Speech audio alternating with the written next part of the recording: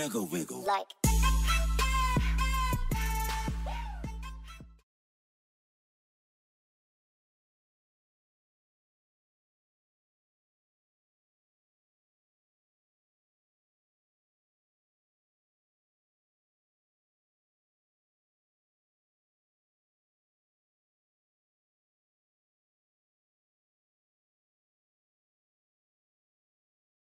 Hello and welcome to Mr. Bolagnaise.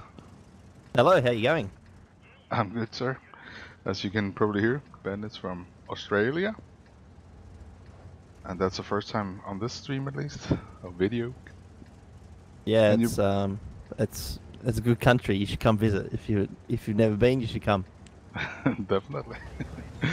And the first replay you brought us, Ben? It's 113 on Live Oaks. It was I don't know, about 4 or 5 days ago when I was doing a 3-mark session in it. Yeah. Do you always decide to go this side? From this side, I always go 9-9. I can't remember a time when I haven't gone 9-9. Sometimes it works. Most of the time it works. Sometimes you get YOLO'd in the bowl and you die instantly. Yeah, it seems you have pretty good coverage this time, though. Yeah, well, if you look at the team lineup, you can actually see a few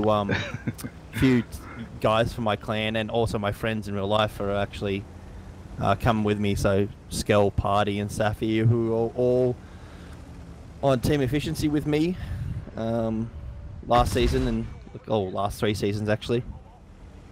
So they're all so extremely good players as well. Yeah. Makes it a lot easier to win. Yeah, well, sometimes. I mean, a lot of the times I find that when you have teams full of super unicums or unicums, you end up losing like when you shouldn't because unicums don't want to trade HP. Oh, they're a little bit cheap with the HP. They don't want to keep it. Yeah, well, you know what I mean? Like, Yeah. if you have a... I mean, in organized play, it's different, like in maybe Clan Wars or WGL, because people understand they need to trade HP to win games, but in random games, I guess it's a little bit different, isn't it? Oh, and team, it's always about the team, and random is a little bit more about random. Yeah. I tend to try and platoon with people that will actually share the HP. Yes, that's true, yeah.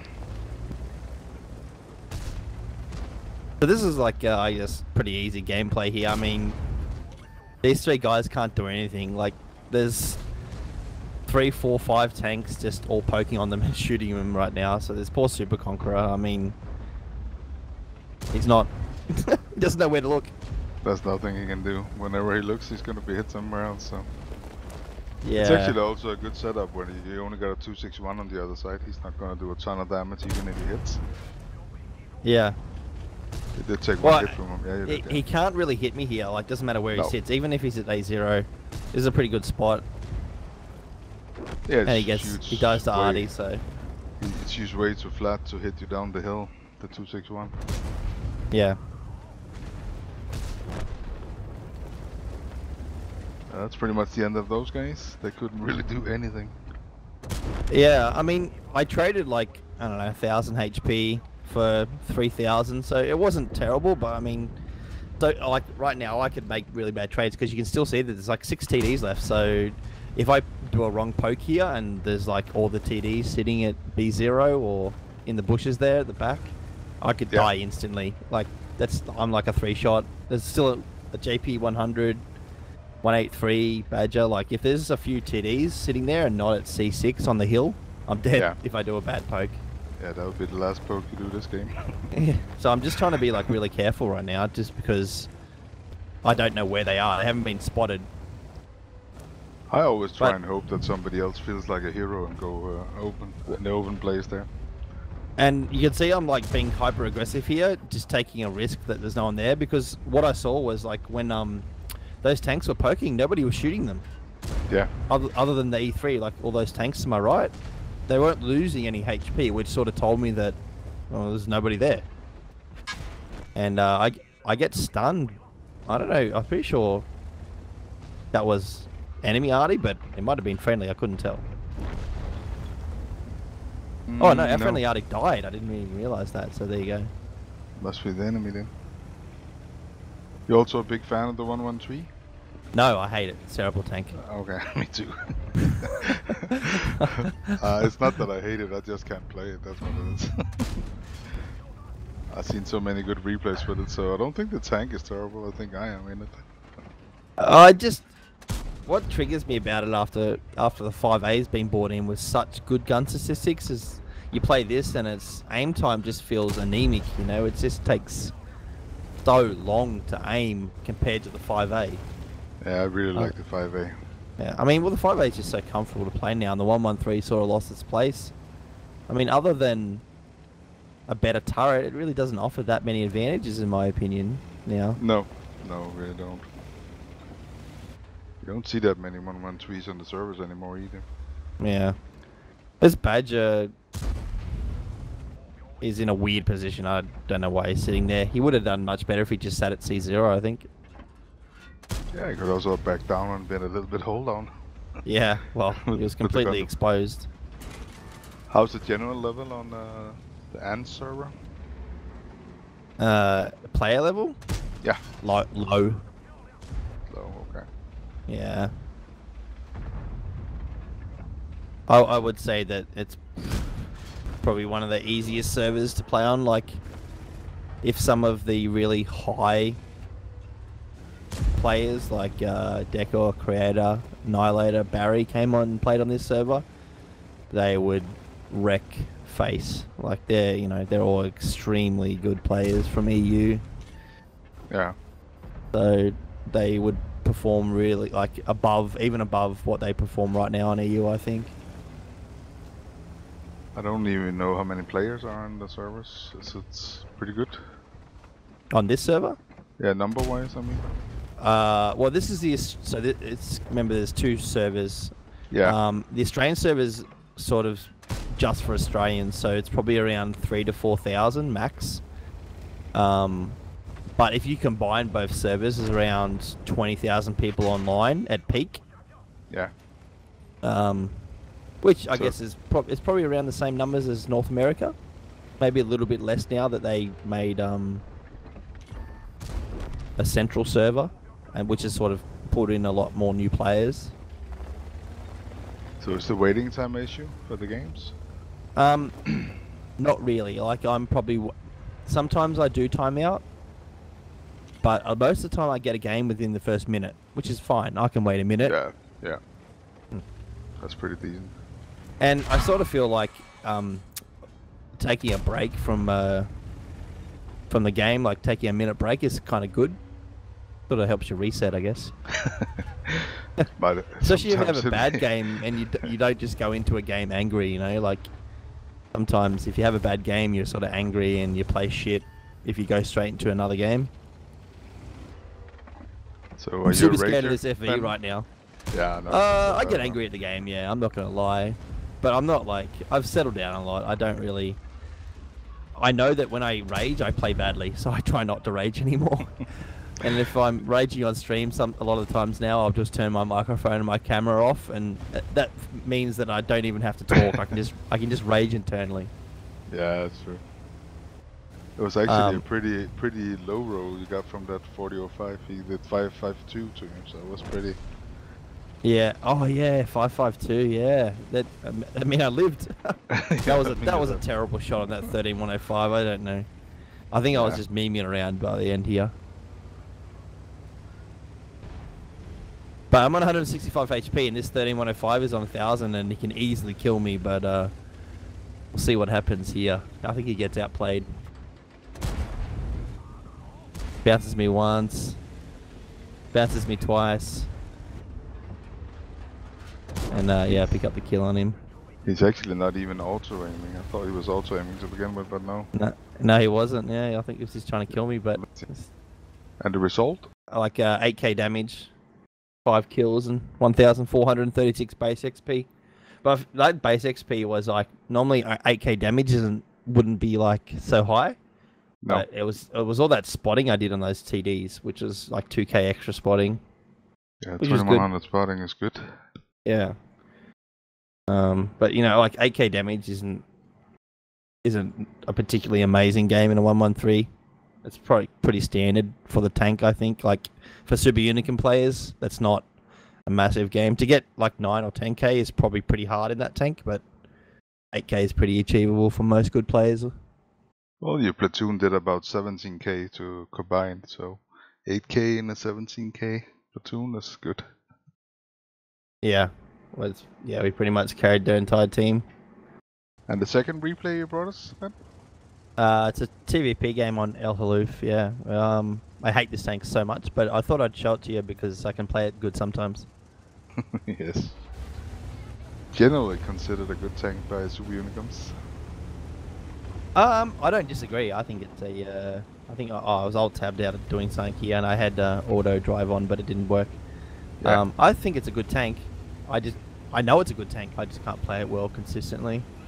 I mean, I'll still 3-mark it, but it's not gonna be. It's not one of my favorite tanks. I used it to do the missions for MT, a lot of the MT missions for 260 and the others as well, of course. This? No, I think I did bat chat for a lot of my. Yeah, but this can kind of snipe also. Well, I think the bat chat got better. You used this, did you? Yeah, I did. Missions? Yeah. I'm just checking here because I don't want to poke. Like, there's already. If you look, there's already like 4 or 5 people up there, and that corner is a fuck fight. Like, especially in an autoloader with. I mean, it doesn't have great depression. You got to use the wall to get depression, and so I didn't really want to get in the way of this STRV. So I just thought I'd check that line there just to make sure that nobody was like YOLOing mid like a scout or something. There's luckily only one RT and it's a tier 9, so it's not the Clipper, but yeah, well, it's which a I bad actually position. didn't. You didn't notice? I didn't even notice like it wasn't a Clipper. I always see that batch at RD and like oh, I gotta remember that it's only got 1 shot. Yeah. It's always a bad idea to stand where you were standing before if there's RDs. Well, when there's no RD, that position where the RD just shot is awesome in tanks with turret armor, but yeah, exactly. Yeah. This Lowe's crossing, like, I don't know what he's doing, but anyway, I'm going to try and get the track. I missed the first shot. I got it on the second. Also, like the last game, I don't know if this is general, but it seems like the whole team is going together. Yeah, like, actually, that's sort of true. Like, this is not normal. Like, normally you always get people hanging around base, and you'll see in a second, like, that turns out bad for us, but I go and fix the mistake that the team made. As you can see, we're getting capped out right now. Like, they've just driven into base. So, you got the Scorpion G. Yeah. Yeah. I got 2 left. I don't want to reload. I want to try and... Well, that was a bad shot on the bat chat, but I just took it. Of course, the risk is with no one at base that you all could be farmed in the ass pretty hard. Yeah, so I saw that there was 2 scouts, so now I'm just turning around and going back to base. I don't think the other team noticed that the most of the team were there, actually. Yeah, well, the 430's like, oh, I better turn around too, so I thought, you know... It's 2 scouts, but scouts can be like... I mean, depending on the player's skill, they can... They could wreck our team from behind, so I'm just going to go deal with it. You like the tier 10 scouts, Ben? No. Okay. I don't really play scouts. Yeah. I'm just not a fan of them. I enjoy the Russian one because of the speed, and the 13105 is funny, I think. I mean, to be honest with you, I've only played 13105 on my account. I've played the other tanks on like NA accounts with all the tanks unlocked. I have a Sheriff account on NA with all the tanks, but I don't know. Not a fan of light tanks in general. Medium tanks can do everything they do. This 54 lightweight was special, and that last shot hit his track or something. I don't know. He was really trying to see if he can flip himself on the side for you. I didn't manage, but did his best. Well, I'm just reloading now. Tier 10 lights are also a little bit underpowered, let's be honest. Well, yeah, I mean, the DPM's anemic and they don't really perform as well as a medium tank. Nice. So I think I'm not even going to bother about the STRV because it's on 960 HP. I'm pretty sure the 430 has him. And if you look at D3, there's a Pershing coming up behind everyone. Yeah. I'm like, that's way easier. Like that's free damage right there. And everything's spotted, so it's only the STRV that could actually hit you. And he does. And he does. Nice. But I mean, that was a decent trade. I took 350 damage, 59 damage for 1200 clips. So Yeah. That's what I like about the TVP. It loads out so fast, and then it reloads again reasonable fast as well. yeah. So we're losing right now, but I mean, actually not looking pretty good actually right now. The 430 lost a lot of HP to that STRV, and that first shot missed because he tracked me. Yeah. That Batchat player tracked me and it threw my shot off. Now I'm in reload and I'm running away because I don't want to be shot. If I get shot again by the STRV, then I'm a one shot for everything.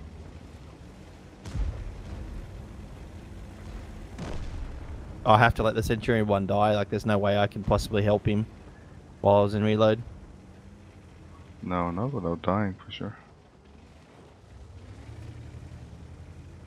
So I wasn't sure if I was still spotted, but I was going to wait here and wait for that STRV to come around. And my plan was to clip him out first, and then if I had, you know, if I had a shot left, which I should have, kill the Pershing. But he's not pushing, so he's just sitting there. And then I see him get spotted up at top. So now I'm pushing back up to come behind him. The Malshin and the Type 5 misplayed here by not being aggressive quick enough. It's a fairly aggressive position Kamerad Vodka has there. Yeah, very aggressive position. Actually, when we take a look at the post-game stats, you'll see that I think he played really well. He ends up doing like 5k damage, 8k damage this game, that STRV player. That's really nice. Yeah, that was a good game for him, but not good enough because I outplayed him. Yes. So I got two options here. I can try and shoot go up that line again, the 2 line, and kill the Type 5, or reload and help these 2 VKs. So I just decided to do that because the Type 5's like it's like a 50-50, and honestly, if he kills me, if he pens me, I'm dead. And if he splashes me, I'm probably dead. So I'll just take the risk of this Malshin not hitting me. That shit last shot, the third shot was shit, but I'm gonna fix it here. Don't pen. I don't pen the last shot, so don't pick up the kill, but which is actually kind of good because if I'd picked up that kill, I reckon the Type 5 would have known, like he would have been able to sort of predict where I was coming from right now a lot easier. Yeah.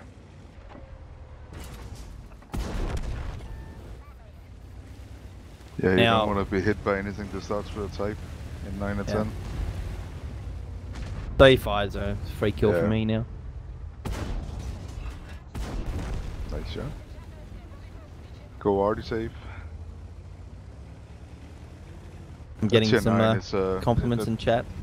Yeah, that's always nice with some admirers. He's also from West Australia. Yeah. I think he's from Perth, apparently. He messaged me after the game. He's like, "Great game, man. You're such a good player." I'm like, "Oh, thanks, dude." It's like the first time anyone's ever sent me a nice message, I think. Everyone's usually, "Fuck you, cunt. Fuck you, I hate spam and cunt," like, etc., etc. Yeah, we prefer nice messages. And the result? Result was 9,100 damage. Check it again. Yep, 7 kills. Yeah, 7 kills, yeah. 1459 basics, but it was a really good game. Like, it was just actually I didn't even realize it did that much damage at the end of it. Like, I didn't even know it was a 9k damage game until I went when I killed that Artie, I looked at the damage score and I'm like, wow, that racked up really quickly. Yeah. I think that sort of shows the potential of the TVP, even though, like, I hate the tank. Well, if you get yourself in position to let the gun go all the time, you're going to make a lot of damage. Exactly right. I mean, and at tier 9, it's like one of the best tier 9s in the game. Yeah. The T50. So, I mean, 900 damage and you reload pretty quickly and do another 900 damage, and yeah. I liked it when I played the tier 9. The tier 9's really good, but that's because tier 9 matchmaker is awesome. Yeah, it is. Tier 9 and 10 works for now. I don't know about the Tier 8 matchmaking. It got a little bit better, but it seemed like it got a little bit worse again after the last update. Yeah, tier 8s, you don't want to play it at the moment. No. And Ben, what's your best advice for the common player to get better in general? My best advice for the common player is probably just to make sure that first off they understand the game mechanics. Like that's I guess for a new player, that's like their biggest failings is that they probably go 4,000 or 5,000 games without ever reading anything and not understanding like how spawning mechanics work or how push camo works or how aim time works or how RNG works. And I think like with anything in life, if you understand how it works, then you can make it work to your advantage. Yeah. That's a big problem with how Wargaming advertises the game is that they don't provide enough information to the player initially, or they don't give the option for the player to find the information. Like you look at the Wargaming wiki, it's just so unless you go and Google it, how else are you meant to find that information? Like it's not given to you anywhere on their website. It's not given to you in the game.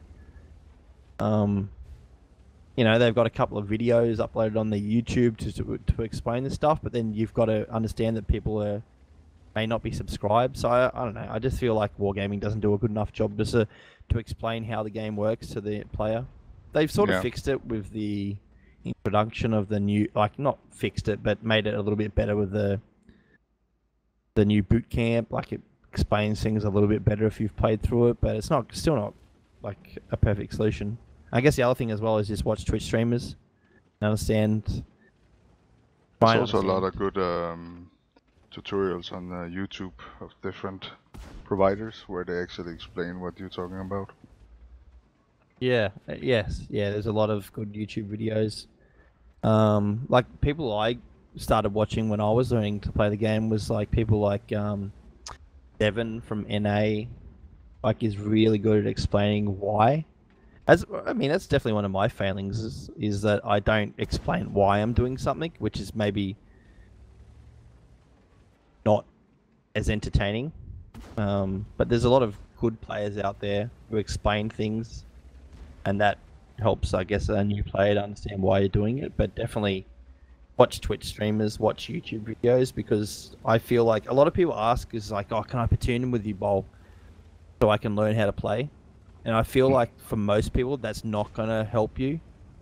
You actually need to, like, learning by watching someone else do something while you're also trying to play a game is incredibly hard.